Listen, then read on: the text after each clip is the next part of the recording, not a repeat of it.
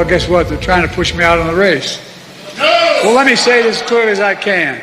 I'm staying in the race. I'll beat Donald Trump. I will beat him again in 2020. Hey folks, this is hashtag Go Right with Peter Boykin.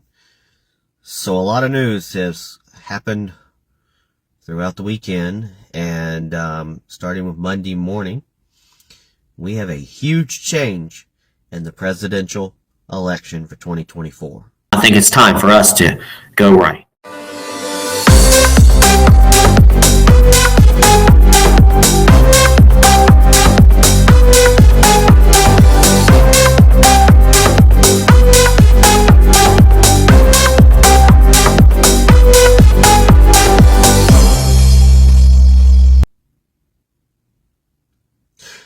So the Democratic Party faces turmoil as Joe Biden, they've been talking about it, they've been thinking about it, they've been pressuring him, and eventually it wore him down. So-called COVID that he received, I don't know. Again, how does somebody who gets all the booster shots get COVID? I don't know, 4th, 5th, 6th time? Do the research. Jill, 4th, 5th, 6th time. Big Mike, 4th, 5th, 6th time. Obama, 4th, 5th. It's like they were doing a little COVID roulette there for a little bit. But the Democratic Party faces turmoil as Biden withdraws from the presidential race. This is on GoRightNews.com. I've had an increase of people going on GoRightNews.com. So keep it up. And if you'd like to help out the site, I'm just trying to get about $100 a month to pay for the website address. So if people will donate, there is donation links on there. Other than that, I don't really put any ads on Go Right News because I want it to be easily read, and then I get the news out to you. So, again, my name is Peter Boykin. I'm a constitutionalist for liberty. I'm an American political commentator, sinister journalist, and activist, and again, a constitutionalist for liberty. Before anything else, the Constitution is above all better, and that's how America is founded. So, in an unexpected development, President Biden has decided to withdraw from the presidential race. I don't really see it as unexpected considering they pressured him.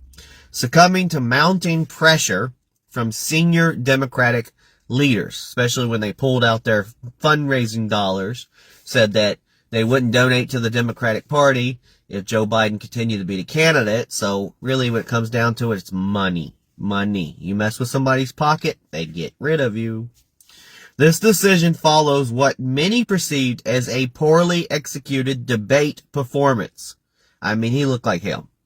Prompting influential figures within his party to call for his withdrawal, which honestly shows that the Democratic Party's been pushing a candidate who's not good for us, who's ruined everything, and now at the end of the 11th hour, now, a couple of months away from the election, they want to swap candidates and get rid of Joe Biden. Bullcrap. And they deny Donald Trump the rematch that he deserves against Joe Biden to prove once and for all that he beat Joe Biden in 2020. But now we won't get that.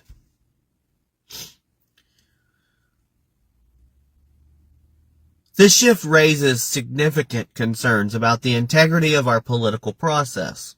Millions of Democratic primary voters had chosen to support Biden, despite widespread apprehension about his cognitive abilities.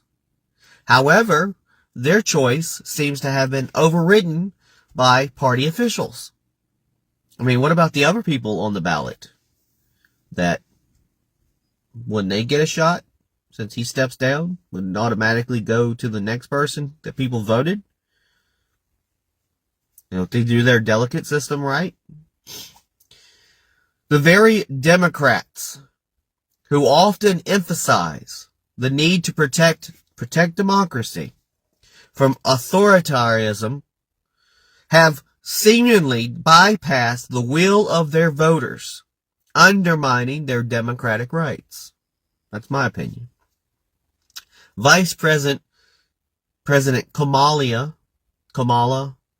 Kamala Harris, who, by the way, they will put down that she is black. They'll keep saying she's black to meet the DEI standards when her family is half Indian. Her parents are half Indian and half Jamaican. I'm assuming the Jamaican part could be the closest to black, but she's not African American. But they will put it down how she went to the HBCU and graduated, and now all of a sudden she is a black American. All to trick you. All to trick you. When I'm saying, why not say she's the first mixed race? But now she's the first Indian running. Nope, they want to go with the simple, she's black. Nothing wrong with that. Black woman. Finally got a woman, I guess, president running for office. I think Trump's going to win. So Vice President Kamala Harris is now the likely nominee, despite facing substantial unfavorable ratings. This has bolstered confidence among Republican supporters that former President Donald Trump could secure a decisive victory in the upcoming election. However, though, folks, this is a warning. GOP voters are cautioned against complacency. Vigilance and active participation remain crucial to ensure success in the electoral process. That means we always got to think that we're going to lose so we can win at the end of the day. Now, President Biden's decision to drop out of the 2024 race for the White House was precipitated by his performance in a debate with Donald Trump. A horrible debate. The debate marked by Biden trailing off and providing incoherent answers raised doubts about his fitness for office just months before the election. Escalating pressure from Biden's Democratic allies followed, urging him to step aside. Now, Biden plans to serve out the remainder of his term in office, which I would say, if you're not strong enough to run for office, why don't you step down? And if you do look it up, if he steps down because it's past the midterm area, Kamala could take over. And if she was elected, she could be elected for 2 more terms. So it wouldn't actually cut into it. A president actually could be president for 11 years if they start after the midterm. Not that I want her in. So Biden plans to serve out the remainder of his term in office. In a letter posted on his X account, Twitter, Biden stated, quote, "It has been the greatest honor of my life to serve as your president. And while it has been my intention to seek re-election, I believe it is in the best interest of my party and people's pocketbooks and the country for me to stand down and to focus solely on fulfilling my duties as president for the remainder of my term." That means I want to stay hunkered down in my little bunker and not come out and do anything for the rest of my presidency. Put up the walls. The White House has confirmed the authenticity of the letter, and Biden, who remains at his Delaware beach house after being diagnosed with COVID-19 again, said he would address the nation to provide, quote, detail about his decision. Though I don't think he can address anything. He did not immediately endorse Vice President Kamala Harris, who is the party's instant favorite for the nomination at its upcoming convention in Chicago.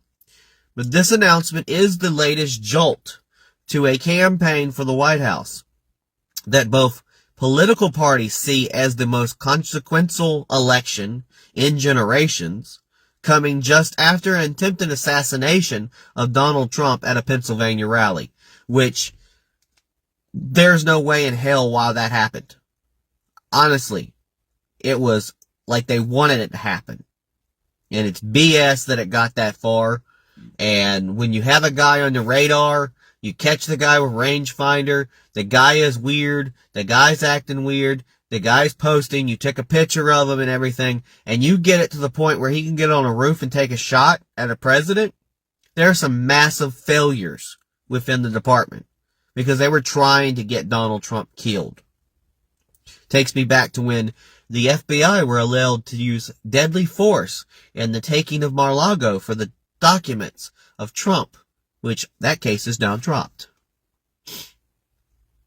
Now, the decision by the Democratic Party to potentially nominate Harris despite her unfavorable ratings and the process leading to Biden's withdrawal highlight critical issues within their party, and its approach to the electoral process. The GOP views these developments with cautious optimism, but remains aware of the need for active engagement and vigilance to ensure electoral success. Like I said, it's more now than ever. It's time to hashtag go right. So some key quotes and sources. President Biden said, "It has been the greatest honor of my life to serve as your president, as long as I knew I was president." And the White House confirmed the authenticity of the Biden's letter. So there we go. In a modern era, we have a president who is now stepping down and not running for another term. And we're thrown into some candidate. We don't know what's going to happen. We're not sure that Kamala will actually get the nomination. There's probably going to be a lot of backroom deals. I still think, wait a minute, what, didn't people vote on people? Shouldn't this go to the second person who got most votes?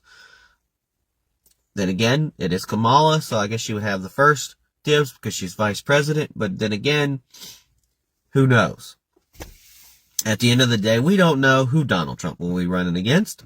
But at the same time, while they stay all confused about who's running and who's not running, most Democrats will probably say, fuck it, I'm staying home, pardon my French. And at the end of the day, I think Donald Trump will come out victorious and win in 2024. Maybe this will keep people busy.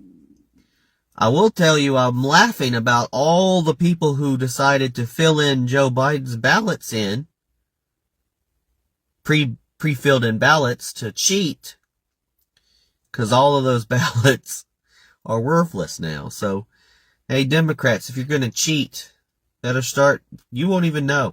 You're not going to have long to fill out these pre-filled ballots, and all these dead people and all these people who shouldn't be on the books are going to be voting for Biden or whoever's going to be running.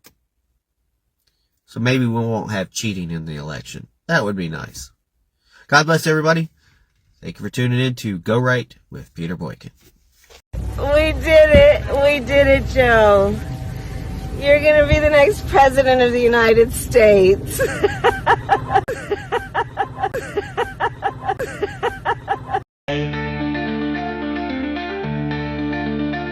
His promises are hollow, his words just fade away. Every turn he takes just leads us all astray. We're hoping for some guidance, but it's slipping through his hands like a puppet with no strings. He just can't understand, falling down and falling up the stairs, leading us to nowhere with all this empty stares. Can't you see this path is oh so rough, with a leader who just rambles on? It's getting tough. Tonight we see the signs from a leader who's lost in life, gibberish like blah blah da da da, falling down and falling up. Oh, what a bizarre sight.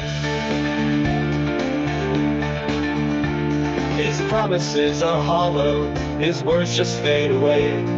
Every turn he takes just leads us all astray. We're hoping for some guidance, but it's slipping through his hands like a puppet with no strings. He just can't understand, falling down and falling up the stairs, leading us to nowhere with all this empty stares. Can't you see this path is oh so rough, with a leader who just rambles on? It's getting tough.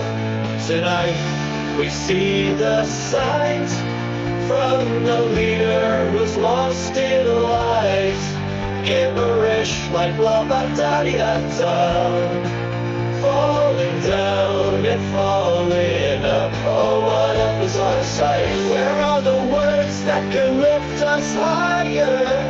Where is the truth that we so desire?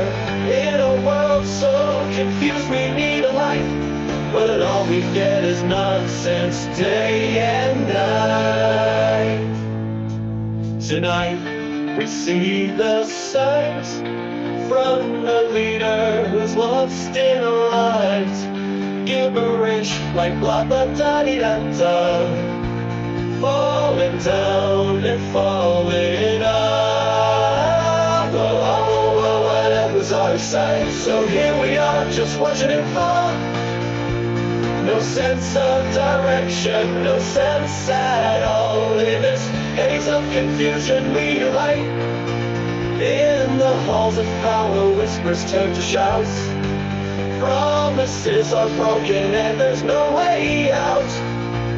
We're searching for a beacon in this endless night, but all we find is darkness. Where is our guiding light? Tonight we see the signs from the leader who's lost in lies. Gibberish like blah blah da da da, falling down and falling up. Oh, what up is our sight? So here we stand in the shadows cast by a leader stumbling. His rain won't last. With hope in our hearts, we'll find our way through the chaos and confusion to a brighter day. Tonight we'll rise above, with clarity, with strength, with love. No more falling down or up. We'll reclaim our future. We won't give up. Give up.